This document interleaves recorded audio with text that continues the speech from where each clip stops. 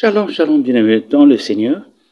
Je suis très heureux qu'on se retrouve encore pour parler de la parole de Dieu. Nous tournerons autour du thème intitulé « L'impact de la bonté de Dieu sur nos vies ». Tu te poses la question, tu as entendu parler de la bonté de Dieu. Dieu est bon, mais il est bon en quoi? Qu'est-ce qu'il fait grâce à sa bonté? C'est dans cette vidéo, nous allons vous détailler quelques-uns des fruits ou des actions de la bonté de Dieu sur notre vie. C'est quoi la bonté en général? Dans le dictionnaire français, la bonté, c'est une disposition à faire du bien. La bonté, on l'associe aussi au terme comme bienveillance. Tout ce qui est bon, tout ce qui est bien, tout ce qui va dans le sens de produire quelque chose de bon dans la vie d'une personne vient de la bonté. Je vous lis le psaume 107. Nous allons directement pour parler de l'impact de la bonté de Dieu sur notre vie. Que fait la bonté de Dieu? D'ailleurs, dans le verset 1 du psaume 107, on dit « Louez l'Éternel car il est bon, et sa miséricorde dure à toujours ». Donc la bonté fait partie de sa nature intrinsèque. Quand on parle de Dieu, on voit directement son amour, on voit sa bonté, on voit sa miséricorde, on voit sa compassion. Vous voyez les termes comme il est bon, là la colère, riche en bonté, compatissant. Ce sont des qualités qui sont liées à la divinité. Alors, qu'est-ce que la bonté de Dieu apporte à ta vie, à ma vie? Je commence à vous le citer. Partons dans le verset 6. On dit que Dieu, dans sa bonté, nous délivre des angoisses. En tant qu'un père, il ne peut pas accepter que nous soyons angoissés, que nous soyons envahis par des soucis de toutes sortes. Et Dieu qui est très bon ne peut pas supporter cet état de choses. Il intervient parce que nous sommes ses enfants. Il nous délivre des angoisses. N'est-ce pas une très bonne nouvelle? Dans le verset 7, on dit, Dieu dans sa bonté nous conduit dans le droit chemin. Quel est ce Père qui est bon, peut voir et laisser cet enfant tomber dans un trou? Non, dans sa bonté, Dieu vite intervient pour nous remettre dans le droit chemin. Ça, c'est une bonne chose. Est-ce que là où tu es, tu peux vraiment acclamer le Seigneur? Alléluia. Alors, dans le verset 8, là-bas, on dit, Dieu, dans sa bonté, satisfait l'âme altérée et comble de bien l'âme affamée. Dieu s'occupe de notre bien-être spirituel. C'est pour cela qu'il nous envoie la parole. La parole restaure notre âme. Les enseignements que nous suivons à l'église restaurent notre âme.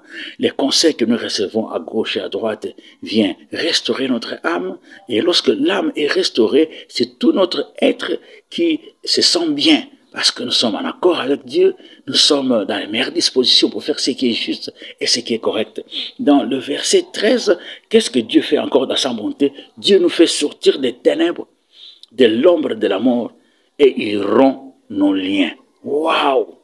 Waouh! Quel est ce père qui peut laisser son enfant être entremêlé dans les choses compliquées, bizarres? Il ne peut qu'intervenir. Donc Dieu, dans sa bonté, vient, il nous sort des ténèbres. Il nous guide là où il faut. Et lorsque l'ombre de la mort nous envahit, il nous en sort. Et parce que nous sommes empêtrés d'aller de toutes sortes, que cela soit par notre propre faute, mais Dieu, dans sa bonté, se surpasse. Il rompt ses liens pour nous rendre notre liberté. Gloire à Dieu. Là, j'ai dit à une personne, si tu as vraiment confiance au Seigneur, il faut le louer chaque matin pour sa bonté. Et lorsque tu le loues chaque matin pour sa bonté, et sa bonté là agit dans ta vie. Dans le verset 14, la Bible dit, dans sa bonté, Dieu nous délivre en brisant les portes des reins et rompt les verrous de fer. Donc, dans la vie, parfois on s'embarrasse des choses qu'il ne faut pas. Et nous tombons dans les pièges de l'ennemi, dans les pièges des amis, et nous faisons ce qu'il ne faut pas. Et ces choses nous rendent esclaves. Mais Dieu, dans sa bonté, vient vite intervenir et nous sort de là en nous délivrant. Alléluia, Dieu merveilleux. Dans le verset 20, on dit dans le même psaume 107, il envoie sa parole et cette parole nous guérit, il nous fait échapper de la fosse. Voilà la parole que tu entends ce matin, elle est pour toi. Et cette parole, Dieu t'envoie aujourd'hui, c'est pour prouver que Dieu est capable de guérir ton âme, Dieu est capable de pouvoir à tes besoins. Dans sa bonté, il prend soin de nous. Dans sa bonté, il nous couvre de bonté, il nous couvre de sa largesse, il nous fait du bien. Et nous avons un travail, nous avons nous faisons le choix d'une bonne femme, dans sa bonté, Dieu répond à toutes nos angoisses et répond à nos problèmes. Et je clôture par dire ceci. Lamentation de Jérémie, chapitre 3, 22-23, dit exactement ceci. Les bontés de l'Éternel ne sont pas épuisées. Yaou! Il y en a beaucoup. Ils ne sont pas épuisés. Elle est aussi pour toi. Ces compassions ne sont pas arrivées à leur terme. Elles se renouvellent chaque matin comme une cure.